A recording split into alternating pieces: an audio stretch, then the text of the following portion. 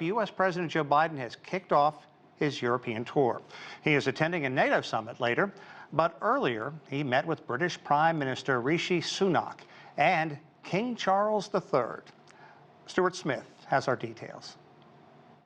A commemorative and symbolic aspect to this meeting. In fact, it was initially King Charles III that instigated this, inviting the US president to meet him at Windsor Castle, and it transpired his main interest, the thing he wanted to discuss, was climate change and what can be done about it. And he welcomed US President Joe Biden to the castle to talk with entrepreneurs and philanthropists who are being asked and consulted on how to get the money to the right places to tackle climate change. But there was a substantive part to this meeting, the meeting with UK Prime Minister Rishi Sunak, most notably on the Atlantic Treaty, an arrangement brokered between the US and UK by Rishi Sunak in Washington in June, which focuses on all manner of areas of cooperation, from the defense industries of each nation to artificial intelligence, data protection, and also lowering trade barriers. All of that demonstrating, the US and UK say, the closeness of their relationship and their willingness to go further when it comes to trade and economics. But also another demonstration, Washington and Downing Street say, of how close they are when it comes to security. Here's US President Joe Biden speaking in the Downing Street Garden earlier. Good met in San Diego, Belfast, Hiroshima, Washington, here, and couldn't be meeting with a closer friend and a greater ally. And we've got a lot to talk about. There was, though, one issue that was brought up by the UK Prime Minister, but seemingly reasonably reluctantly based on how Downing Street described it. The United Kingdom is against the use or transfer of cluster munitions, something the United States has said it's likely to send to Ukraine. And while the UK is obliged under that treaty not to encourage any nation to use them, and the UK Prime Minister did, according to Downing Street, make a statement to that effect with the US President, it seems that the US is understanding of the UK's position, and the UK is not looking to try to stop America from sending those munitions to Ukraine. So while it can't provide them, the UK says it's not going to get in the way of the US attempting to do that. Our Stuart Smith for us there in London. So a lot more to unfold in the US and UK ties, and joining us now is Klisman Murati. He is the founder of Pareto Economics, a global world affairs research, Pareto Economics, I apologize, a member of the Global World Affairs Research consultancy and creator of Global Power Index. Thanks very much for joining us. I appreciate it. I want to get right to talking about what Sunak and Biden really focusing on today, the Atlantic Declaration. Where do things stand in that? Have priorities shifted, and what are in the works? A big deal, and this really does mark a change in direction for London, and many see this as a measure to counter what leaders say is an ongoing threat from China's growth. So in order to understand this meeting and this new Atlantic Declaration, we need to bring our minds back to the first original Atlantic Declaration signed in 1941 between Roosevelt and Churchill.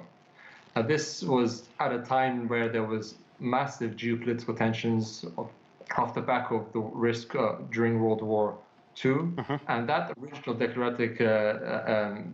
Atlantic Declaration was signed to bolster unity amongst both the Brits and the Americans, and also to bring the US into World War II.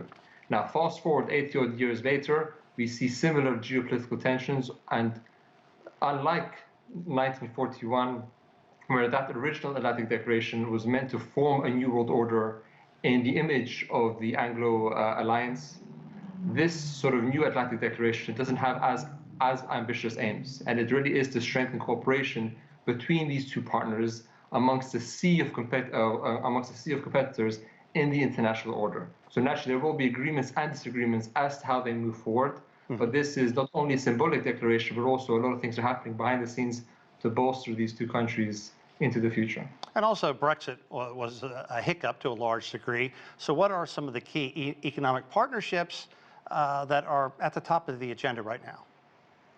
Well, economic partnerships are obviously the most important because, economies grow through economic collaboration, so that's definitely on the agenda.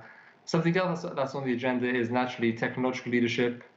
Defense and science is also a big one, trade and commerce, a wholesale sort of realignment of ambitions and agendas for the mutual benefit of both parties is what we are going to be seeing over the coming at least 5 years as a result of this declaration. Now, this isn't to say they are going to do anything active to stop or to hinder other parts of the world developing, i.e. Russia and China, although there are movements between these two countries together to form and to grow relations with each other. But this Atlantic Declaration, as far as I see it, is probably the most important steps for bilateral relations for the two countries, which has essentially shaped the 20th and the 21st century. Well, what do they hope to achieve out of this visit? Well, this visit, I think, is mostly symbolic because there's nothing much that can happen off one visit to a country, but it's sort of what will be happening in the background, the diplomatic engagements, right, and economic engagements between these two partners. This is also a signal for business to say that, you know, trade relations, R&D relations between these two partners is definitely open for business, and we will see much more collaboration between these two countries in these fields, which is great for business and hopefully great for the systemic importance and security of sort of the Western realm, if you will. Yeah, also, I think it's interesting you talked about what's going on in the background, and perhaps nothing is garnering the attention as the Ukraine-Russia conflict. Is that dominating the talks, do you think, in back rooms right now?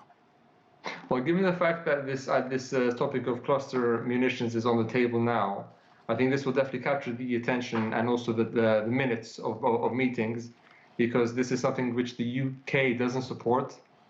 Obviously, this is something that the US does support. So there is contention in the midst of this one contentious point.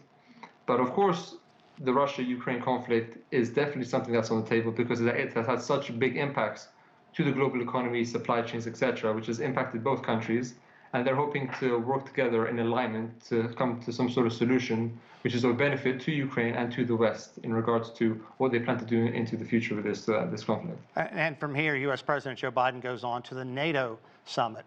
And that, of course, right now, so much going on with various nations wanting to join, other nations perhaps pushing, saying maybe now's not the time. What can I get out of it if I support this nation joining NATO? So much going on. What do you think Biden's mission is going to be at the summit?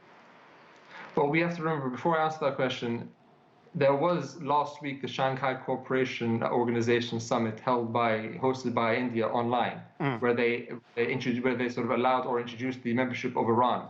So this NATO summit isn't happening in a vacuum unto itself. As time passes, different countries are going to grow in their power as measured by our index, naturally. And we'll see different options emerging in the world where different countries will be aligning themselves to different sort of visions. So the Shanghai Cooperation Organization is one of them. BRICS is another one. The sort of the Russia version of NATO is another, and also NATO proper is also one where the US is still firmly the leader in this case. And naturally, I think Biden will be putting his case forward for the use of these new kinds of weapons and to gain support by other NATO members for this. Sweden has gotten backing of Turkey, which is also another development in this NATO talks. Klisman Murati, thank you so much. A lot to chew on, a lot of information. It's going to be an interesting few days. Thank you very much. Definitely. Thank you. Bye-bye.